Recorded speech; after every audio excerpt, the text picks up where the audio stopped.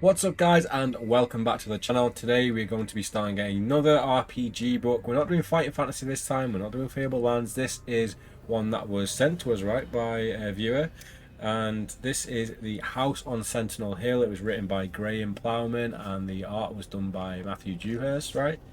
So it is, if you want to show the cover again, it is basically based on the works of HP Lovecraft. So we're looking at some cosmic horror here, so I'm really liking the vibe of that. I do love that style of cosmic horror. We love Bloodborne and stuff like that. So we're going to be seeing some, I don't know what to expect. It's going to be like things beyond our realm of reality. And if it's anything like House of Hell, we're in for a good ride. So there's a lot of different rules to this one, and if you only read Fighting Fantasy, you might be as blind as we are going into this one. I was going to say, we're just going to, we'll be struggling just as much so, as essentially, Color Out of Space is one of my favourite movies. Is that the newer one, the Nicolas Cage one? That was quite cool. Oh, I love that film. So, let's read the synopsis on the back and give you a gist of what this is about. Do you want me to start this? Yeah, you can start that. I'll show you the picture first, because the picture is very cool. Yeah. Cthulhu. Very, The Fly. 1926, New England. An intriguing find in the archives of the Miskatonic Library leads you to an old house on a hill and the mystery of a 10-year-old murder case. Yet some mysteries are as old as time and space, and mankind's place in the universe is not as assured as we are led to believe. Will you succeed in uncovering the truth with your mind intact, or will the secret of the house on Sentinel Hill and what lies beyond be your unravelling? You decide the outcome in this terrifying Lovecraftian adventure. You said you watch horror? I want in horror. We've got some spooks. Yeah, we've got some insanity. We've got our composure level, which is going to drastically fall. The Lovecraft movie with Nicolas Cage, we quite like that one. We did like that one. Yeah. Very trippy. Right, should we read the prologue, or do you want to do the skill first? Because we have... Let's do the skills first then. So there's so much to this book. It's not just your, hey Miso, how you doing? Miso. It's not just your generic like skill, stamina and luck in this one. It's different. So basically we have a stat list which we are now going to adjust. So basically we have 6 points to spend in each of these categories on the screen. So we have the combat, which is basically our skill points. So here we go. So I'm going to go to the stat page. So dexterity, it doesn't tell us what they actually do, but we're gonna have to just use. We can guess. We've played video games. We're gonna use video game knowledge for this. So stealth, combat, perception, strength, dexterity. I feel like if this book is like about investigations and things, I think perception's probably good. I think we can only have a maximum of 8. Once we get up to 8, that's the max for each stat. So really, we're probably going to be putting, I don't know. Should we just be really boring and put 1 in each, and then we've got 2 left over? Yeah. Okay. So what can we add? 8? No, 6. We've got. Oh, so we can have 1 in each of them, and then an extra 1. 2. No, this isn't Fighting Fantasy. This is something different, which horror vibes. So we're liking it. 6 points. No, so we get basically it's 7 in all of them. Then we've got 1 extra point. Yeah. What would you put it in? Perception. I was gonna say perception too. So I can't quite read the text on here, but I'm hoping this works. He's just mashing buttons right now. Stealth. Where's stealth at? I think I'd either put it in perception or combat, but combat is for fighting, so that will come in handy. Let's go perception. Combat. Are you guys still coming to fighting? What's the date of Fighting Fantasy Festival? We're not really sure. It's in September sometime. Yeah, we've got a few things we're like stuck between at the moment, so might be going to Gamescom in Germany. So it all comes down to money, really. So we have what, 2 extra points to use? Just 1. Just 1. Yeah. Perception. Perception or combat? I'm gonna say perception. Okay. Because we might get more investigations than we get combat. Deutschland, yeah. It's a really fun event. Maybe you can't max combat and just John Wick through the game. I mean, after a few drinks, it's potential. That's what we do anyway. Yeah. We will end up John Wicking. There's still potential for us to go, but at the minute we just need to figure out. Alright, so way off yet then. Yeah. So let's read the prologue then. We can maybe take this in turns. Yeah. This one is a lot like the Jonathan Green book. It's a lot more wordy than small paragraphs, so there's quite a lot of narrative in here. So Monday night drinking, naughty. Yeah. Naughty. It's it. Well, when we do these books, we have to drink all week. So Every week. yeah. Do you want me to start or do you want to start? Should we do a paragraph each? Yes. What, like a little paragraph or like one that?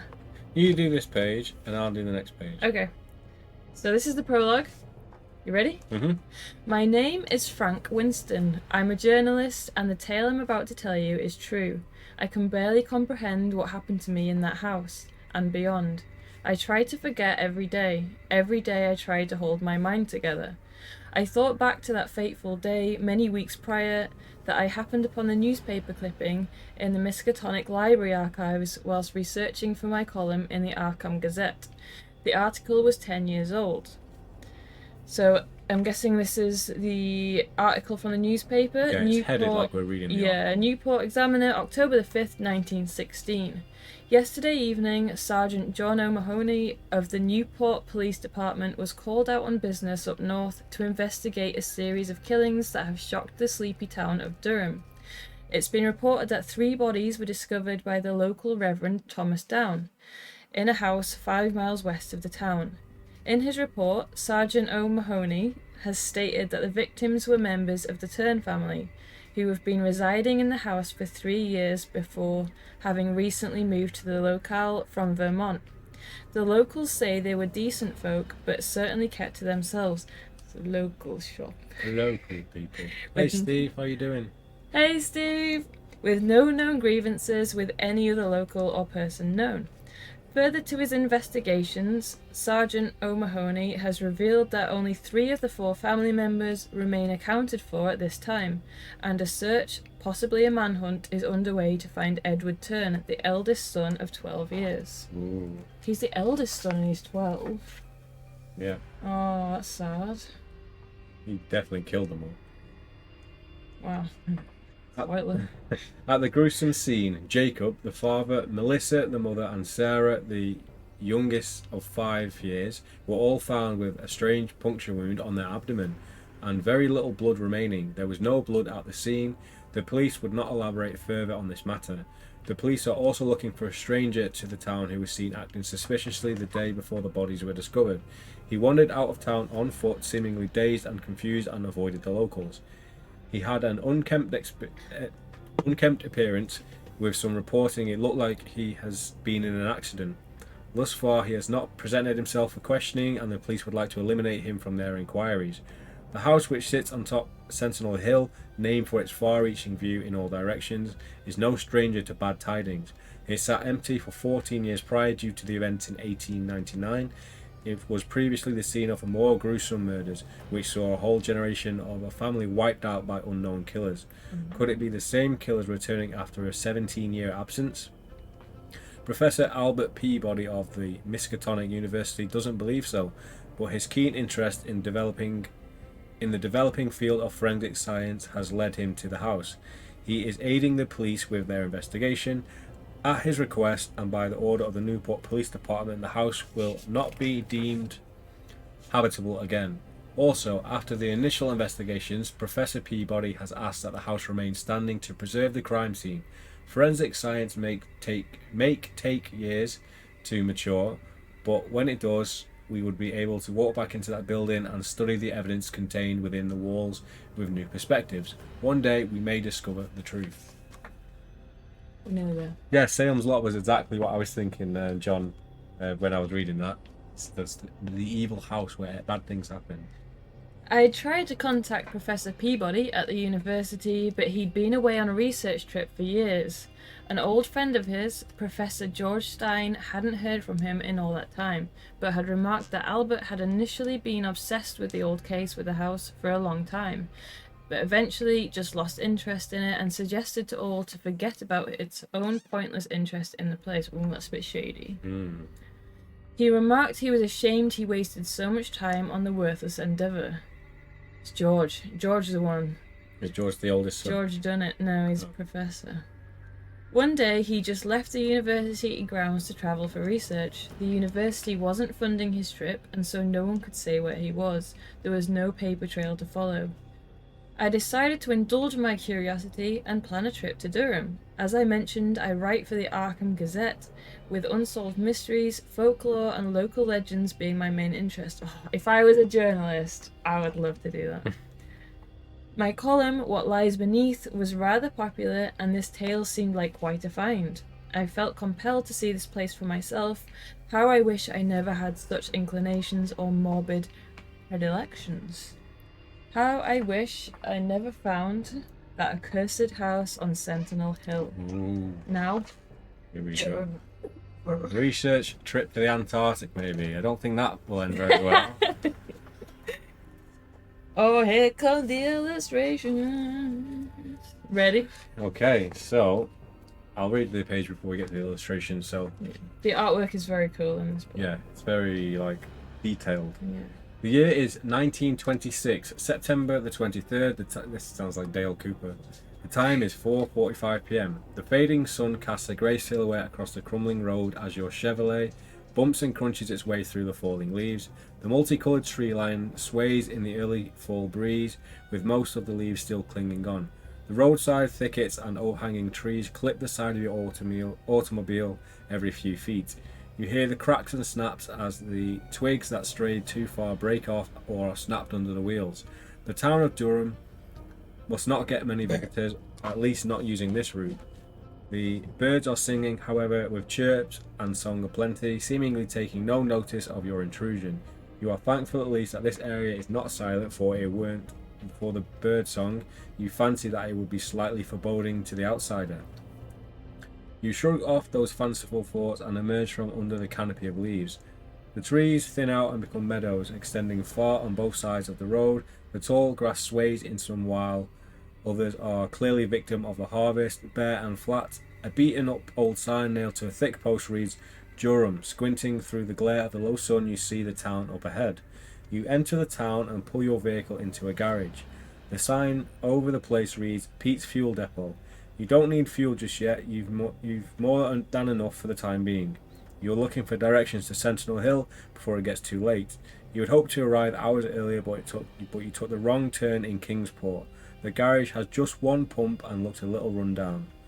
The paint is peeling from the wood panel walls and there is no sign of any attendance. So this is the garage. Pete's Depot. Yep, so we need to figure out which is the best camera for this.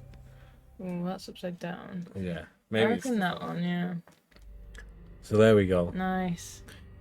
So we pulled up to an old gas depot thing. It's very Texas Chainsaw Massacre. So continue. You want me to read it? I'll read it and then you read it. Yeah. Stepping out of the automobile, you look up and down the street, thankful for the opportunity to stretch your legs. It's quiet. You spot an elderly lady shuffling along the other side of the road, paying you no heed. There is not another soul around. What will you do? Approach the old lady for directions. Ignore the woman and enter the garage. Ooh. Every day I'm I shuffling. feel like she's just gonna say something crazy to us, but maybe that makes sense. If it was me, I would ignore the old Yeah, lady go into the because I wouldn't garage. want to trouble her, Yeah. and I'd go into the garage. Let's do that then. I don't want her to think we're like one of those annoying Chorus, Yeah. like us in Japan. Yes. Ignore the woman and enter the garage. 59. Hopefully it's not empty and we don't have to go back and she's gone. Yeah. The door to Pete's garage is old and battered looking. The once white paint, cracked and peeling, reveals dull grey wood beneath. A heavy rusted padlock is attached to the frame of the door. The latch is open and bent out of shape from a countless number of nightly lockups. Hello, you call out. No answer. The windows appear to have several years' worth of grime on them, making it impossible to see inside. You step inside, the door creaking all the way, and enter a dusty, dry room. Motes float through the air, illuminated by what slivers of light can make it through the filthy windows. It sounds like our bedroom. A long counter runs through the centre of the room, dividing it into two. On your side, the room is bare. On the other side, there's more clutter than your grandmother's attic. Definitely our bedroom. Rotting cardboard boxes stand in one corner, More and more like it by the second. stacked precariously and leaning away from the paint-peeled walls. A battered-looking chair sits in the opposite corner, and various knickknacks, car parts, empty bottles, old All those water bottles. old overalls, and pieces of newspaper lie strewn about the rest of the place. The counter is bare, save for a small service bell. Mm-hmm. Do you want to ring the bell for service? Turn to 287, or do you decide you won't get any help here and leave the garage? You can't ring the bell. Ring the bell. That's what bells are for. Yeah, some creepy old redneck's gonna come out.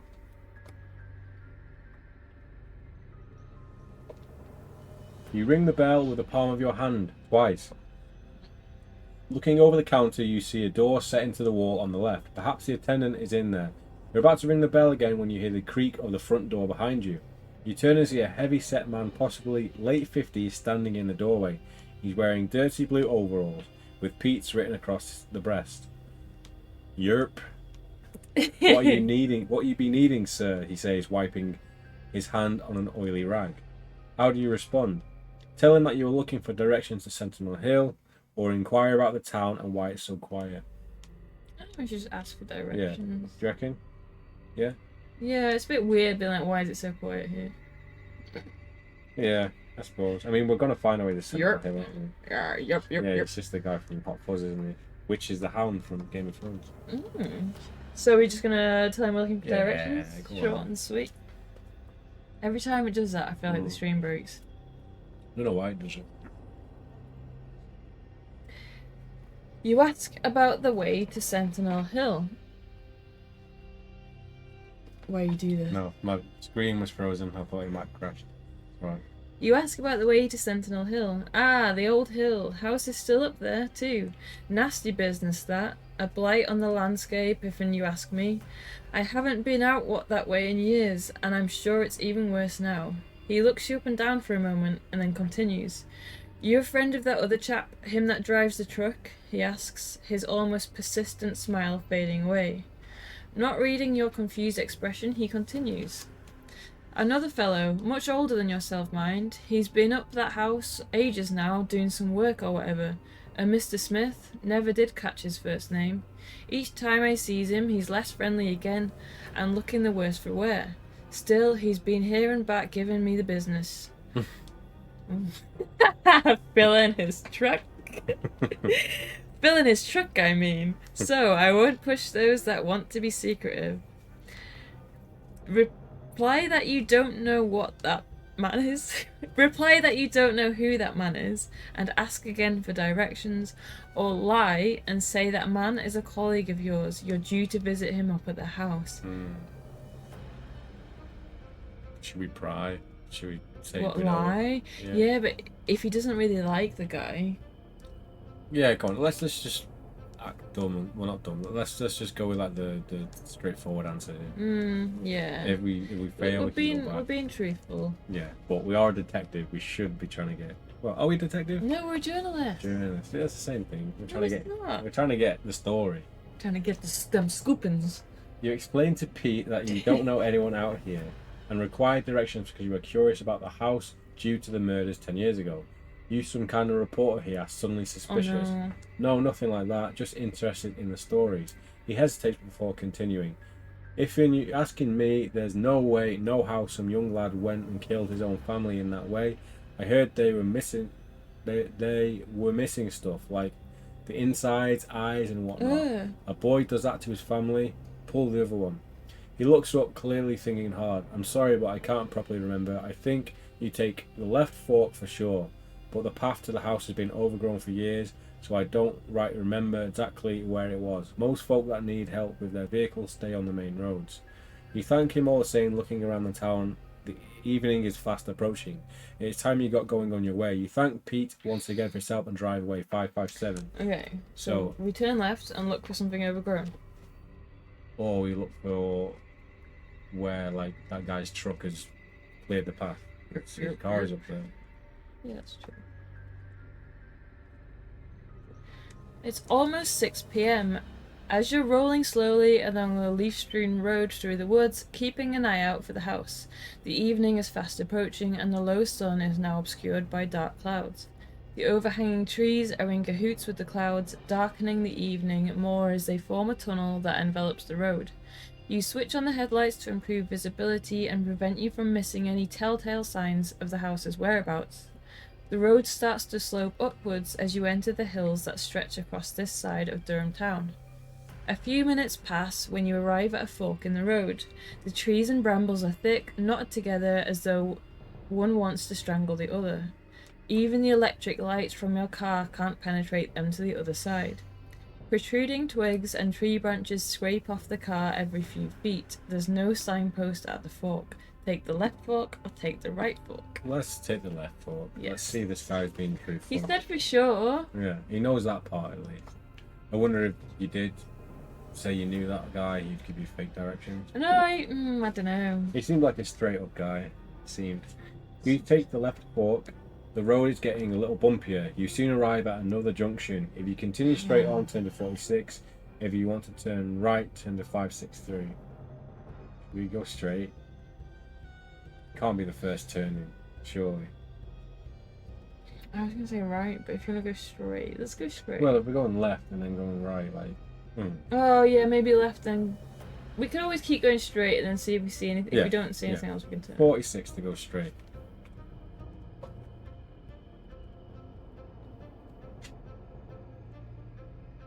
As your car jostles its way down the uneven road, you come to a turn off to the left. You can take this turn or continue straight. Should we go westward? Let's go westward. To turn Go left on then. into 286 or to continue straight on 356. Okay, so we're going left? Yes. Oh, God, we might never make it to the house. Surely you end up there eventually, no matter what direction. Yeah, unless you can die and you get a mythos point. You turn left, hoping to see signs of the hill or even the house. However, with the light fading, you start to doubt what you're even doing. You contemplate turning around and lodging in the town, but decide to confirm the house location first. Have you recorded in your journal that the car radiator was fixed? If so, turn to the reference associated with that entry now. If not, turn to 48. Oh no, we're gonna die. So, when do you reckon we would have had the option to do that? I don't know. At the garage, maybe. Well, it's got to be, hasn't it? But there wasn't. We must have just had to speak to him about the other guy.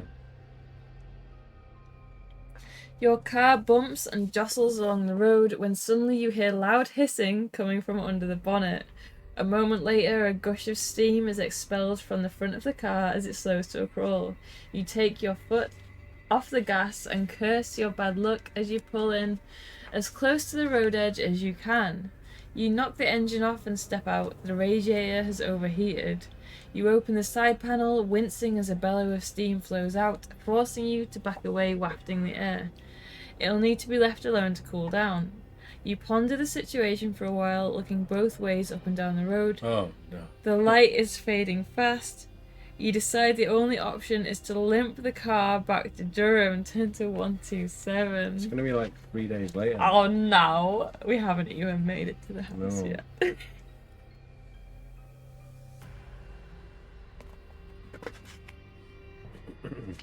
Back in Durham, you wander around looking around for a vacancy sign.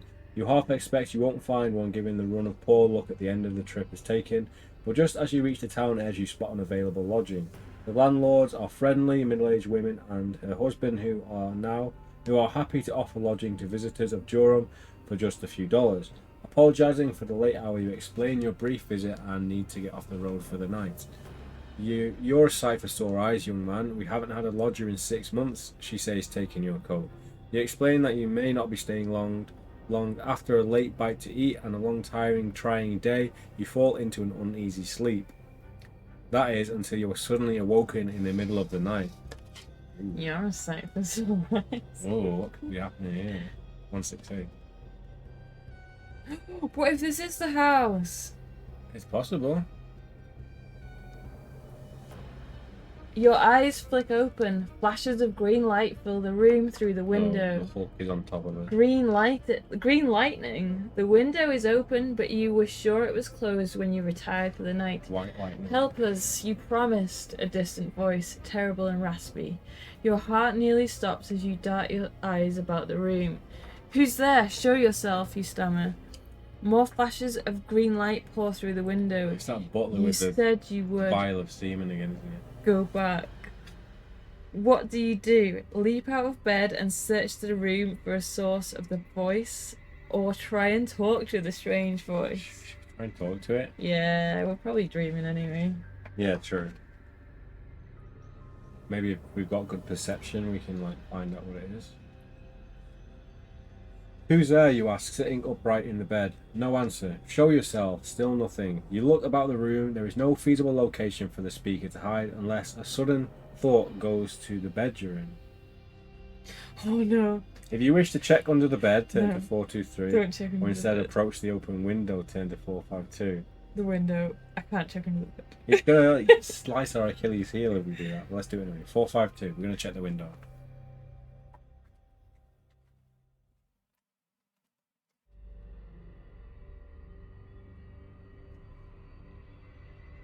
You approach the window. There is no one in the street. The sky fills again with a flash of the sickly green light. In the distance, you see a hill, and perched atop the silhouette of the house. Could that be the source of the light? The voice, much fainter now, as though it were travelling on the wind, speaks one last time. Come, Frank, you promised. The speaker knows your name. Did we die on the road? This is all a dream. You wait, expecting more, your heart rate eases, and nothing more is said.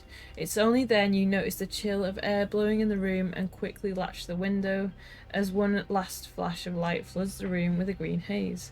You turn to get back into bed, but find it gone. Turn bed's to gone? 569. Ooh.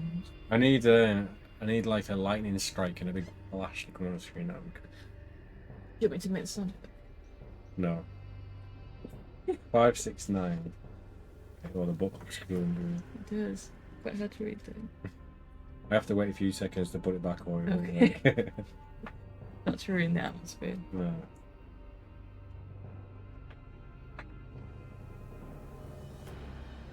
Okay. The green haze lifts, and you find yourself standing in a long corridor. The floor, the walls, and the ceiling all glint of polished metal, smooth and cold to the touch. At the end of the corridor are 3 markings set into the walls.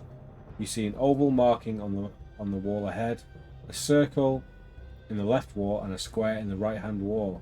They are each large enough to be a door, but smooth and flush with the wall with no obvious way of opening. There is a low thrum in the air. You cannot tell if it's from the floor, the walls, or just the air itself. The air smells of ozone after a lightning storm. Call out to see if someone will answer. Examine the circle marking on the left. Examine the square markings on the right. Or past those and examine the oval marking at the end of the corridor. My gut says check the circle. Yeah? I don't know why though.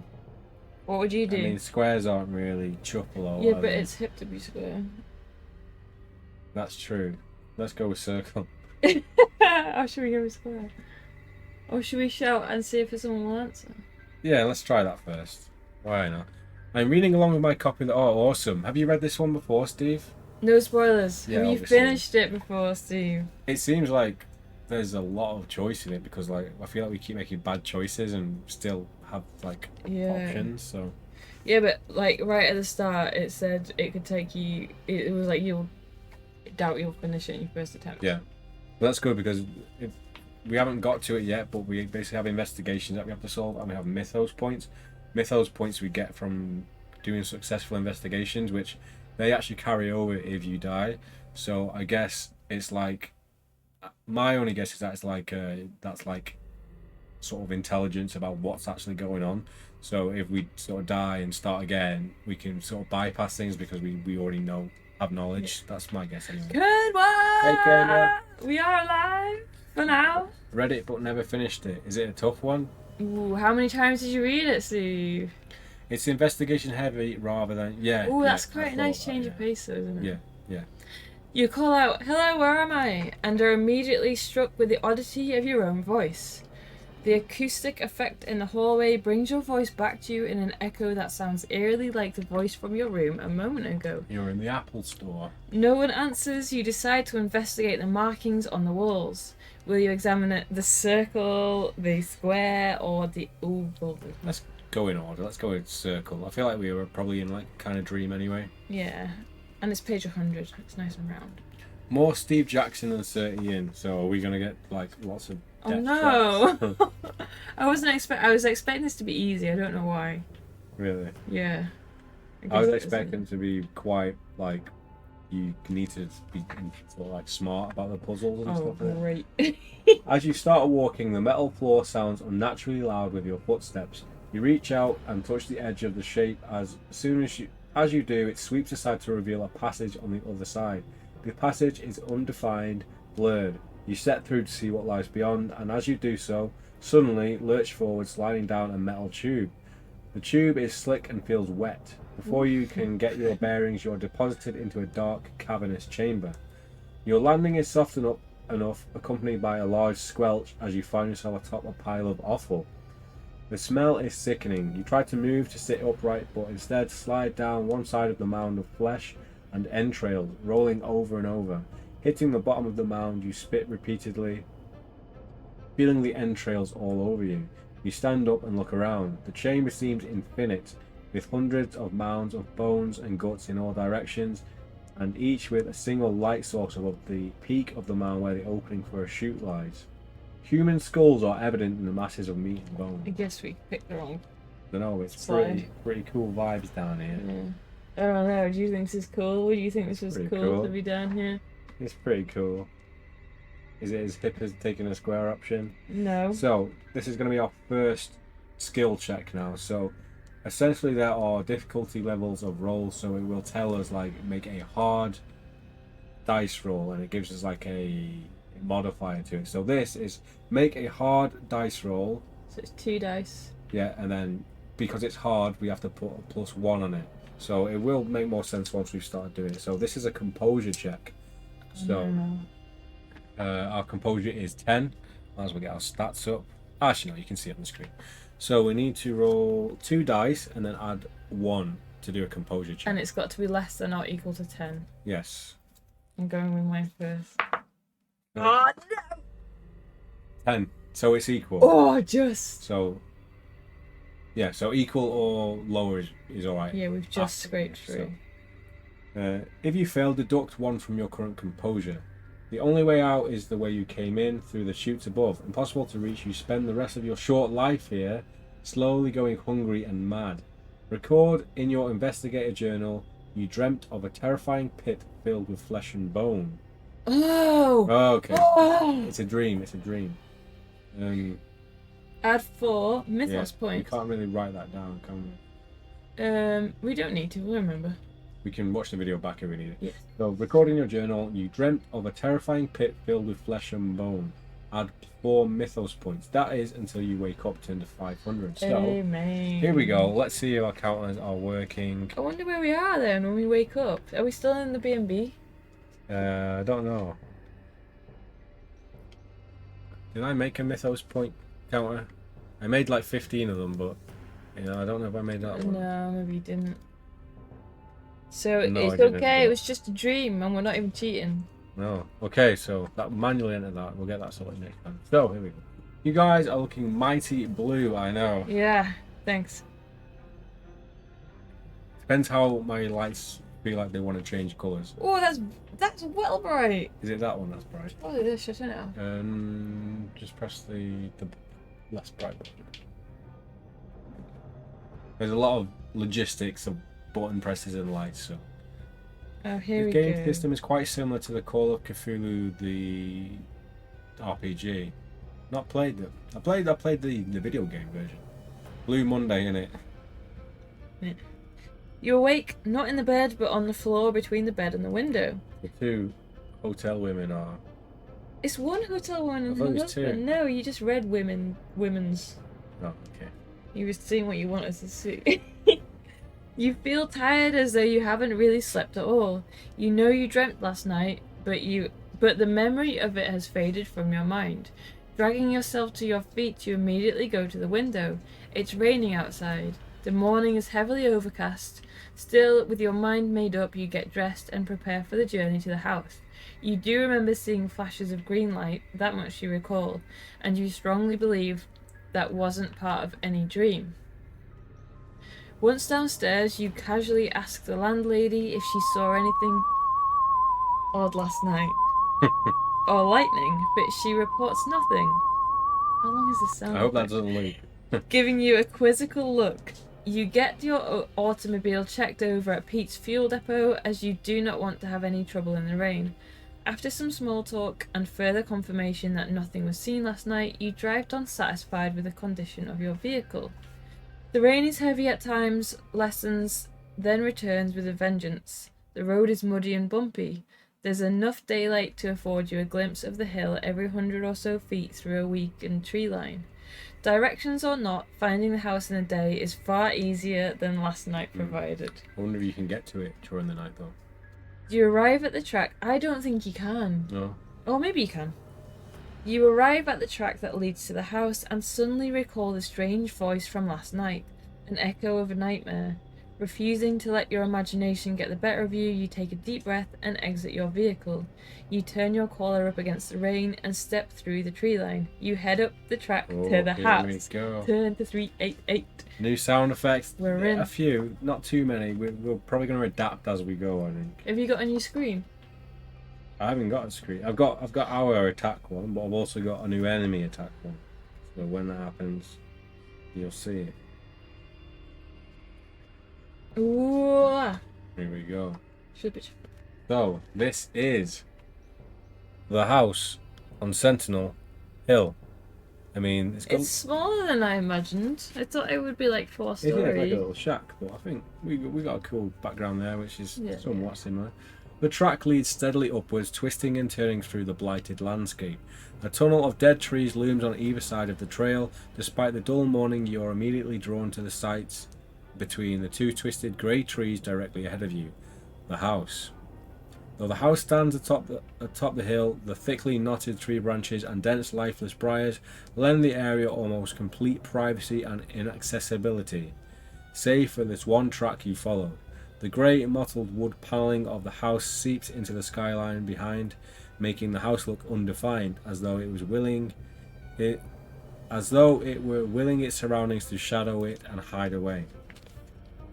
Each of the downstairs windows are boarded up, with the upper floor windows in various states of disrepair. The attic window, top and centre, is the only fully intact window you can see.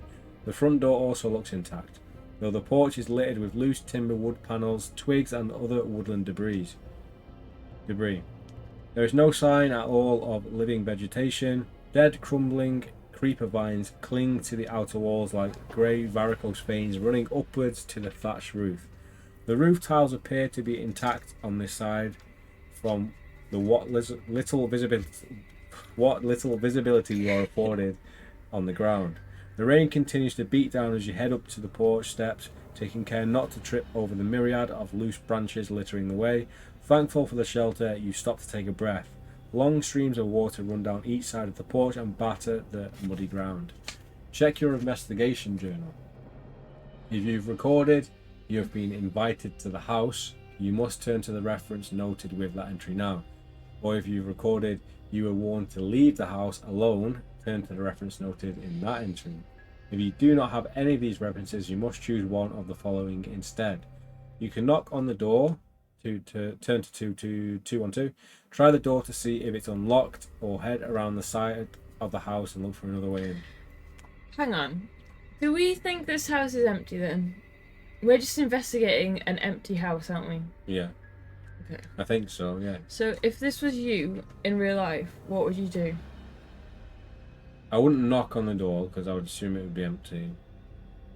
I would potentially check to see if the door's unlocked, but I would also maybe see if there was like a more inconspicuous way of entering. I would probably look around first. Yeah, let's do that then. There might be like a dog pen in the back or something. But then I probably would knock as well, just in case. There might be homeless people. Would homeless people answer the door? Hello, come in. I would answer the door if They'd I probably was hide in the corner with the baseball bat. Look around? Yeah, let's see, because we might see something through the window. Yeah, like a homeless man. No, like those dudes in House of Hell are doing like a ritual through the window. These are similar options as the start of House of Hell. It's very similar. It feels like House of Hell. Yeah. Well, this is. I'm guessing this is a lot newer, right? Yeah, it must be. With some hesitation, you turn up your collar and leave. We like turning up our collar, don't we? Yeah. I'm guessing we're like a noir, or like a big French coat.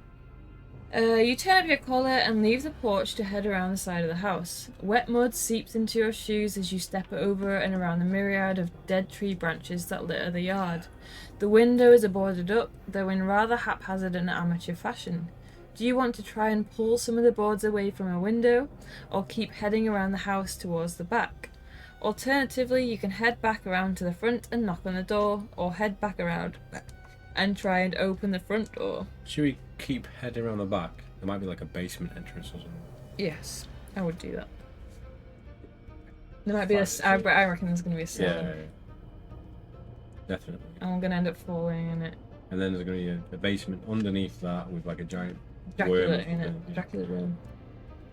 Around the back of the house, the condition of the yard is even worse. The back door is also boarded up and looks like too much effort to attempt entry here. You don't have many options, so decide to head back round to the front of the house. Do you want to knock on the door or test the door, see if it's unlocked? Let's just try the door.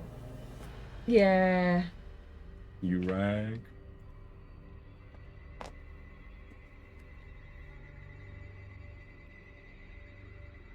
You push on the door and to your surprise it opens. Easing it open further, there's a loud creak from the old neglected hinges. You step into the darkness beyond the door and wait for your eyes to adjust. You are standing in a dim hallway. Old picture frames line the wall on the left. The main staircase runs up on the right-hand side. At the foot of the stairs on your right is a door. I'm getting like Texas Chainsaw Massacre. Yeah, we're picturing it like that. Yeah. Facing you at the end of the hallway is another door. Metal sliding door. Stop it. Finally, there's a door under the stairs, which likely leads to the basement. Where do you want to explore? Open the door nearest you at the foot of the stairs. Try the basement door, go upstairs, or try the door ahead of you at the end of the hallway. Let's clear this floor first. I think maybe the one that's next near us. Or stay put and call out to see if anyone is here. Let's do that. Yeah, I would do that if it was like, if I was legit doing this. Yeah. We're literally about to get hit in the head with a hammer, I think. The music, I think the music sounded a lot like that. Oh, but there's definitely things in here because we've got to use stealth, haven't we? Yeah. So we probably shouldn't call out, but we already have. It's too late. God. You're trespassing, lad. Oh. Draped in darkness, a figure stands on the landing above, looking down at you. You apologise, but explain that you're coming out of the rain and have been looking for the house. The man descends the stairs slowly. When he comes into the dim light of the hallway below, you can see he is around late 50s, about 5'5" in height, and unshaven, balding at the crown of his head, and his remaining grey hair is a little long and unkempt. Is that my type? I'm picturing with the voice of the guy from The Witch. Really? No. You're trespassing, lad. No, maybe. Sorry to bother you, sir. Frank Winston, I write for Arkham Gazette and Arkham, you say. Arkham, did the university send you? Arkham University? You're Professor Peabody from the Miskatonic University. You ask, putting the pieces together. Aye. You explain that you are associated with the university at all and show him the news clipping. Best you come up then, Frank from Arkham. His manner suddenly becomes more pleasant. Nice. You get a sudden rush of excitement and follow him up to the stairs. When you reach the top, he gestures for you to head on past him. You turn and continue on when suddenly you get a sharp pain in your back. The professor has stuck a syringe in your back when you returned. You let out a cry while trying to reach back and pull it out. What on earth, you shout confused. The professor stands back emotionless as your vision blurs. You fall to your knees and black out. Oh God. Why? Follow him to the bedroom, Bouchico. Well, we don't have to do anything now. We're unconscious. This is the most I've had to read out loud in a long time and losing my voice already. Oh, look at this one. Joy. Look at this one. Look at this one. Look at this one. Flashes of green light pierce your vision. A pulsing thrum sends pain through your head. You try to open your eyes, but all you see is a blur, and then a flash of green forces them shut again. You hear a cry. It's working! It sounds distant and drawn out. You fade in and out of consciousness. In your weakened state... You're tied to a chair and Goodbye Horses song is playing. Stop Man in a robe. fantasizing. In your weakened state, you think you hear a terrible scream, and then there's a sudden silence. When you awake fully, you're lying on the floor. Your hands and feet had been tied, but you notice your bonds have been cut. You push yourself up to a sitting position. It appears you're in the attic. It is dark with only one grimy window for a light source down the far end, facing you. The rain beats down noisily on the roof above. Standing in the middle of the attic floor is a strange metal device about 4 feet tall. It's a pillar of polished metal that glints in the dim light of the attic. Where's it going? And like tentacles, many copper wires snake their way from openings in the device, running across the floor and disappearing into the walls. A perfect sphere of the same polished metal sits atop the device, set partway into the base. In an almost perfect circle, 3 feet around the device, lies a ring of dead animals. Oh no. Everything from rat, mice, flies, beetles, and centipedes. Some look fresher than others. The possibility of a bad smell is masked instead with the odour of chlorine bleach. What you see just beyond the device sends you into mild shock. The professor is lying on the floor, his body twisted at the middle, while his lower half is facing almost entirely whilst his lower half is facing almost entirely the wrong direction. Blood runs down into the seams of the floorboards. His eyes are wide open, frozen in Played too much terror. Twister, yeah. we had a good party, I think, while we were unconscious. Whoa! Make a very hard Oh no. D. Very hard D. Make a very hard dice roll. Composure check. Yeah, composure check. If you fail, lose 2 composure. If you pass, lose 1 composure. What? Okay. Everyone's a winner, baby. Okay, so we have to roll an 8 or lower. Yeah, 8 or lower. Yes. 3. Balls. Oh, so we lose 2. Okay, oh god, right. Unless we take a great big drink. No. Have you got a scream? No. Something moves in the far corner. Lurking in the darkness is a small, hunched figure, just what we wanted to see. You're about to ask who is there when it speaks first in a strained and raspy voice. You fumble to take out your flashlight. Frank, where are my family? You must go back. How do you know me? You answer, both terrified and overwhelmingly intrigued. Frank, it's me, Edward. You saved me. Did you kill the professor, you ask, your nervousness showing through. Yes, I had to. He planned to stop us. He's working for them. It's then that you notice blood dripping from the serrated edge of the claw at the end of his arm. Edward lurches to one side and starts to shuffle out of the darkness toward you. Edward, is he the son? No, that was George, wasn't it? Oh, no. No, yeah. I think Edward is the 12-year-old, isn't it? What do you do? Decide this is all too much and flee the house. That's a nice, easy way out. Use your flashlight to get a better look at the figure, or ask more questions and find out exactly how this could be Edward. I think ask more questions. I don't really want to start flashing at him. It's too early. Yeah. We've only been here an hour, so we've already been drugged. Let's get the pleasantries out of the way. Right, let's ask some questions and maybe we'll get some information to use in the journal. 31. He's clearly going to turn into a big chuffalo. Would you run? Is that your advice? Oh, Leona Lewis, run. 31. So on the screen right now is the modifier sheet. So basically when your stats get to certain points you have different sort of things that happen. So when our health gets to 6 we lose 1 dexterity, etc. So but then like towards the end you get you gain combat on one of them, which doesn't make much sense unless you're like more defensive. So I guess you're in panic mode. Yeah, and you get you're in extra, the corner, what do you call it? Adrenaline. So yeah, we'll see how that plays out once we lose more stats. Because it's gonna happen. Yeah. You said your name was Edward. Edward Turn? Yes, you already know this. You notice a hint of confusion in his voice despite the unnatural qualities it contains. Come out into the light, Edward, if you could please. He's very chill about this. The guy's got like a fly hand. He moves forward, allowing more light to fall across his misshapen body.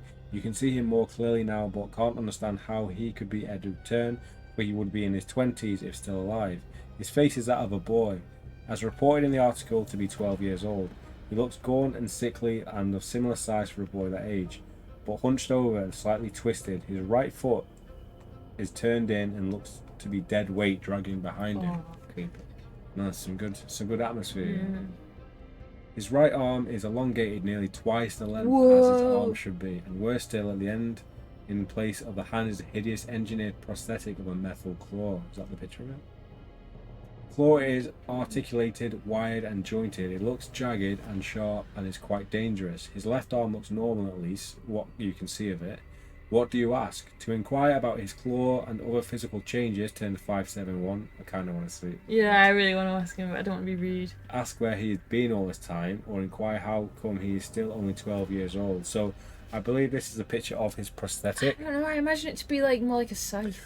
I pictured it to be like curved, a like scythe thing. like an insect claw. Yeah, thing. yeah, like a praying mantis. Yeah. So, what do we do? I mean, he's 12, so I don't think he'll mind us asking about his claw. But do you think that he doesn't know he's sort of like dead or whatever? Do you think if we ask him about that, he might like freak out? Yeah, we might be asking in like a I want to find out. a nice way. Let's find out about his claw. 571. Take my strong. What hand. with the claw? Come out, young man. Tell me about your claw. What's this claw? They did this. Those things changed me. You saw they have my family. You promised to go back and save them. He puts his head down and places his one good hand over it. Save my family, you promised me. He reaches into a... There's a lot of like repeat, like when it says this, it's got lots of S's, so he's sounding very buggy. Yeah, he's like, save my family. I think it's more like he's a ghost or something. He reaches into a pocket and produces something. Holding up a small diamond-shaped object that glows gently, he moved towards the machine. Turn to 353. Give me the stone. Edward inserts the diamond-shaped object into the recess on the side of the machine and begins to hum, and then it turns some of the dials in frustration. Which is it? Oh, Frank. He looks up at you with a pleading look in his eyes. What do you need me to do? You answer, horrified at the entire macabre scenario that's playing out before you. He steps back, pointing at the dials. You must know how to activate, like before. His frustration is growing, and it seems it may lead to violence. You don't know how much longer he will restrain himself. What will you do? Approach the dials and attempt to operate the machine, turn to 195, or tell Edward that you've never seen this device before and that you do not know how to operate it. It's a bit late for that. He's already in it. Return the slab. So I feel like there's definitely some kind of like weird like time travel sort of thing going on. I'm guessing the journals is what we need. So like when we die, we come back and do it all again. So is it like a situation where if we try and do the dials and figure it out, we then have the knowledge to do it, or if we tell him that we don't know how to do it, we never learn? I think he. Oh, maybe. I think we should try it. But that's just me. I don't know. I think if. It's like a catch-22. I don't really want to be like, oh, I don't know what I'm doing. Should we just try it? Yeah, let's play it. Because maybe it would say like, have you got the code name or it can't be that hard. Yeah. 195. Just go westwards. Turn the dial left. Leftward, westward. Pimp your right. Pimp his claw. We can put one of those little like 5-inch TVs on there. They used to put on. 5-inch TV? What's They wrong? used to put like TVs and stuff in. Oh, ride yeah, things. okay. With PS1 on it. I'll try. Give me a moment. You say as you take a closer look at the device. The metal of the device is smooth and polished. 4 prominent dials are set into the pillar. It's circle, square, and oval again, is it? And are etched, even worse, with a single point each, denoting where they can be adjusted to. Small notches encircle each dial, similar to a dial on a safe, and one notch resting directly at the east point is larger than the others. You surmise this could be denoting a 0 position. There are no other distinguishing marks or numbers.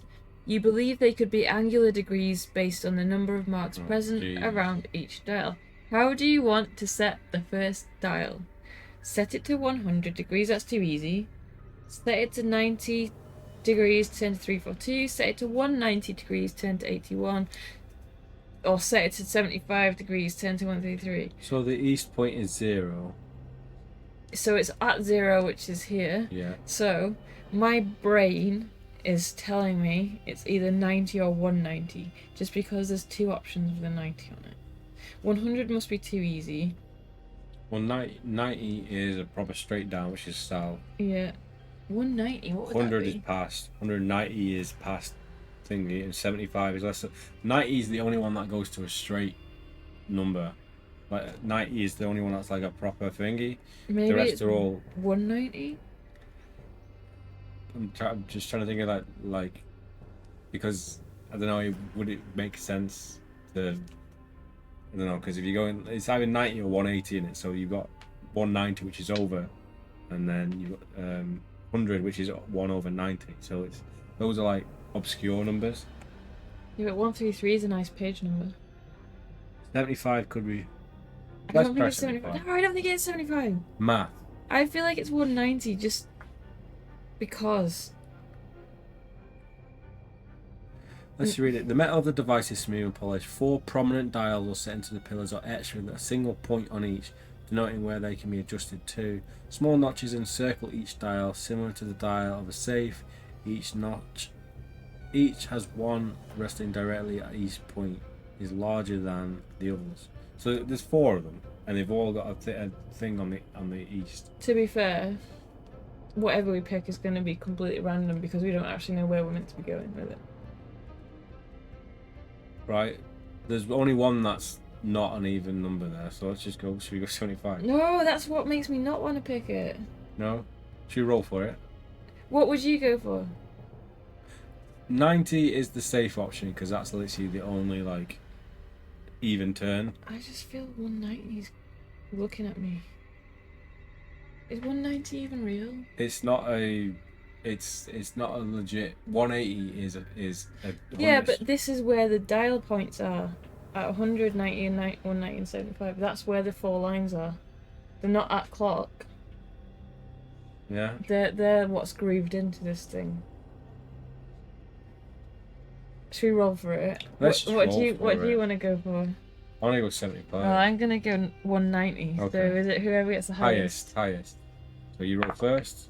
Oh no! 4, Okay, we're 75 Yeah, then. let's hold the page. First checkpoint. Oh, I see. 95. Holding the page, aren't we? You did say 133 was a good number. That's where we're going. Oh. You've turned the first dial to what you would believe to be 75 degrees. How do you want to turn the second dial? Oh no! What? Let's just go for it. Okay. 195. Someone write 195 in the chat so we know where to go back to. We need to do all these dials again. Should I write it in my hand? Yeah, the pen works.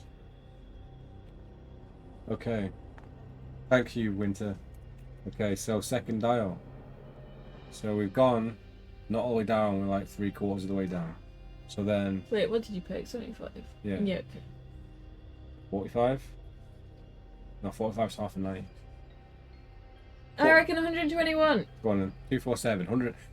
I have no idea where it's going. We don't know. It doesn't matter because we No, don't it know where doesn't. we've got No, to it get it doesn't. It to. doesn't. We're completely making it up. No pen and paper. What about map? We didn't know what this book entailed, Yeah. so we kind of just wanted to go in first part. I'll and think about it. definitely be making notes next time round. Yeah, yeah. The problem is, like, desk space is usually the issue. Go on. You turn the second dial to what you would believe to be 121 degrees. Third dial. How do you want to set the third dial? Leave it as is, set on 0 degrees, turn to 25. To set it to 90 degrees, turn to 418. Or to set it to 47 degrees, turn to 467. 47 degrees. Oh, what fantasy. What did you say, 47? Yeah. 467. We're going to. This is it. We're going to open the safe. And we're going to get. We're gonna beat the book. Yeah. We're going to get a diamond and leave. Are we in the house yet? Yes. Yeah, this is another dream. What have the dream cheeses decided It's to say? definitely in this book. You turn the third dial and what you would believe to be 47 degrees. What do you want to set the fourth dial? Leave as it is, set to 17 degrees. So it's on 17 degrees. That sounds like a nice temperature. Temperature? You set it to 100 degrees or set it to 0. Should we set it to 0 or 100? Oh. 100? 0? I'm saying either leave it at 17 or set it to Leave it at 0. 17. Leave it at Leave it 17. at 70. Page 70. If you guys have fallen asleep by this point, we're just trying to crack a safe with no information. Yes. You leave the fourth dial at 17 degrees and step back from the device. Suddenly, a bright flash of green light shoots upwards from the sphere atop the machine. A low thrum pulses in the air and the light flickers. Slowly at first... Is this whole thing while that poor guy is, like, strapped to the machine? We're just, like, twisting No, these he's the one who dials. put the diamond in. He's giving us no intel. Slowly at first and faster until it becomes a solid beam firing I upwards. feel like we're going to die. You back away, Go on. not knowing what to expect. Mm-hmm. Edward stares intently at the beam of light. Yes, he cries. You did it. The beam of light tiles downwards, coming to rest parallel with the floor. It strikes the attic wall and forms what you can only describe as a doorway, and then on the other side, faint and distorted as though peering through water, a large cavernous chamber appears. Go now, Edward cries. Go before it's too late. Is this the end? We've cracked the thing. Equal part terrified and fascinated, you step up to the shimmering doorway. The thrum of the machine pulses through your head. Now, Edward cries from behind you. You consider the possibility of dashing to the attic stairs and getting as far away from the nightmare as you can. But before you can, Edward loses patience. He advances on you and pushes you through. Turn to 276. Did we do it? Did we just Surely fleek not. that? Surely not. Well, he said we did it. A searing light and high-pitched squeal make you grip your head, but it passes quickly as it began. You find yourself standing motionless until your senses reattune themselves. Then you look around. You're in a massive cavern with huge piles of rotten flesh and bones stretching as far as the... You might get some mythos, as you can see in the dim light. Above the peak of each mound of meat and viscera, a light is set into the cavern ceiling. Next to each light, there appears to be an opening in the ceiling. It's like we're in like an operating table or something. Oh no. There seems to be an opening in the ceiling. Make an extreme composure check. Oh no. So an extreme composure check is 2 dice and you add 3 to it. So What? We've got to get 5. yeah, I don't want to do all this one. 1. You got to get 0, no pressure. There we go, close enough. If you pass, turn to 216. If you fail, turn to 161. So we failed. Yes. We're gonna die. We've still got. Well, let's see what composure we've got. Deduct 2 from your current composure. If you have not yet succumbed to madness, you steel your shredded nerves and look for a way out. Now turn to 203. What are we on? 6 composure. What does Oh. that? How does that affect our skills? Let's have a look at the modifier. So, So composure. we have 6 composure. Oh, we're fine. We're fine. Oh yeah, we're fine. We're still sane. Page 161. 203. I'm liking this book. Yeah, it's cool. Yeah. Like, I feel like it's quite replayable as well. I feel like well, It's it makes still a giving point. me House of Hell vibes. Yeah, but it's like a lot more like cosmic horror. It's 203, wasn't it? Is it? Yeah. I think. The floor of the cavern is a sickening 2-foot. That's pretty cool. The floor of the cavern is a sickening 2-foot deep black soup of blood, guts, and other bodily fluids. Wading through it is hard going. The smell makes you retch uncontrollably until you have nothing left to give, and you finally gain some control over the gag reflex. The piled up mounds stretch as far as you can see, eventually fading into the darkness. About 300 feet in either direction, occasionally the sound of falling offal. What is offal? Like insides meat. Puts you further on the edge as different chutes open above to deposit more remains into the cavern. You wade on, scanning the walls in the hope of finding the exit. It is not long before you hear Short bursts of loud, high-pitched squeals somewhat off to your left. You may not be alone down here. Will you remain still and see if you can spot what made the sound before deciding where to move, or take refuge behind the nearest mound? So, offal is animal organs. Oh, nice and grim. So here we go. We're in this tunnel with all these blood, gore, and guts and corpses and mounds. They're probably all like corpses of ourselves or something. What do we do? I would hide behind a mound. Yeah, do it.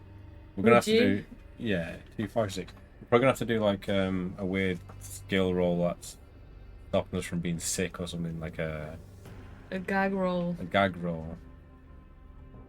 Pushing your way through the foul slop, you crouch down as much as you're willing to dare in this disgusting mess. I think that's the least of our problems.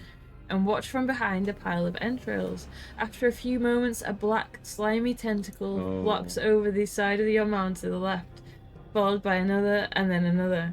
Will you duck down and keep out of sight, or keep watching and see what it does? Do you reckon it can sense us? I imagine so. If it's like this cosmic being, it probably knows we're in here. Should we just try and see what it does? Maybe we can dodge it or something. I would, yeah. If we're ducking down, maybe we can't move out of the way. Yeah, it's probably gonna go from underneath. Yeah. This just makes me want to read HP Lovecraft. It's like dark as hell. 376. As you watch, a black amphibous blob of viscous slime appears over the crest of the mound of flesh and bone. It forms a new tentacle, retracts the previous one, and continues to morph and mold itself into different shapes as it glides down the mound, landing half submerged into the soup of blood and other fluids. It's not much bigger than a large dog, but you watch with breathless horror as it seems to form legs and raise its body up out of the lake of blood. Make a regular composure check. So this is just a normal dice roll. Yeah, but our composure is only 6. So we need to get 6 or lower. If you pass, you manage to remain calm enough to remain perfectly still. Turn to 153. If you fail, you are compelled to turn and flee. Oh no! So this is 50-50 roll, like legit. Yeah. Yay! Oh, we did it. Yeah, we did it. If you pass, you manage to remain calm enough to remain perfectly still. Turn to 153.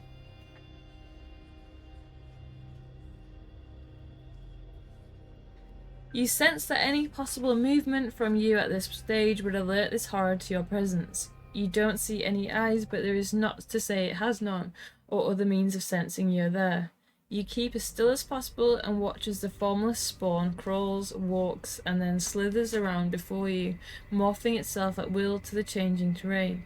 It moves further away before suddenly changing direction and turning back directly towards you, only to again change direction at the sound of another chute opening above. It's just trying to eat whatever it can, isn't it? Yeah, rapidly forming long whip-like tentacles, it launches itself with a surprising speed away to your right and disappears over the crest of a mound. When you feel it's gone far enough away, you slowly continue onward. Like this. I think that's just one. I think there's quite a few of them, yeah. When you feel it's gone far enough away, you slowly continue onward. 10 to 519. This is a big book, by the way. There's a lot of pages. Good. Yes. Hours pass and exhaustion starts to set in. You feel sick in your stomach, but carry on until you just can't keep going. As unwelcome as it is, you sit on a small pile of remains against the cabin wall and close your eyes. If you have recorded in your investigation journal, you freed Unlatha, then return to the first reference associated. So it's like bold, like so it's multiple associated with that entry. Now, if you do not have this entry, turn to 397. So much. We haven't found any of these things yet. But I think that's why they've got the mythos points sort of thing. Is like they want you to replay this. It reminds me a bit of like Fabled Lands, like the length of it. Like 397. A restless sleep takes you as you lie against the cavern wall. The situation seems hopeless as you drift off. You are suddenly awoken by a familiar high-pitched squeal. You open your eyes to see a formless spawn moving through the bloody sludge. Another screech sounds off to your left, and then another. 3 formless spawn writhe and contort their ways towards you. You press against the cavern wall, praying it will somehow give way and free you from this nightmare. But all that happens is a lightning-fast whip from one of the beasts catches you square in the forehead, smashing your skull against the wall. Oh, no. In seconds, as the life drains from your body, the creatures envelop you. Record in your investigator journal you were devoured by formless spawn. -4 mythos we're back points. to 0. So we go back to 0. Yeah. Your that investigation ends here. So we met our end. So we will sort out stats again, but that's been part 1. It's a good time to wrap it up. That's been part 1 of our playthrough of the house on Sentinel Hill. Really loving the atmosphere in this one. It's like, it's very horror. It's very gross. It's very like gore and slime and gooey stuff, and I can't wait to see where we can get to next. And it's going to be fun to go back to the beginning and see what different options we have. So hopefully we can figure out the best way and the best route through to sort of speed through if we do die again, which we're probably gonna die again in this one. Definitely. But yeah, it's quite interesting, all the stats, all the different things that add to it. It's a lot more complex than the other ones, which I think makes it a little bit more interesting as well. There's lots of different options. So you loving this one? Yeah, having a good time with this one. So that's been part 1. I hope you've enjoyed it. Let me know down below in the comments section what you think about this one. Have you read this book before? Is it on your radar now? Yeah, I would recommend checking this one out if you haven't already, because it's there's like so many good. options. Yeah, I feel like this is huge. very replayable. The whole mythos gameplay mechanic where you can play again, I think will probably make it more interesting to replay as well. So this has been our playthrough of House on Sentinel Hill part 1, and we'll be back very soon with part 2. So see you guys in the next one.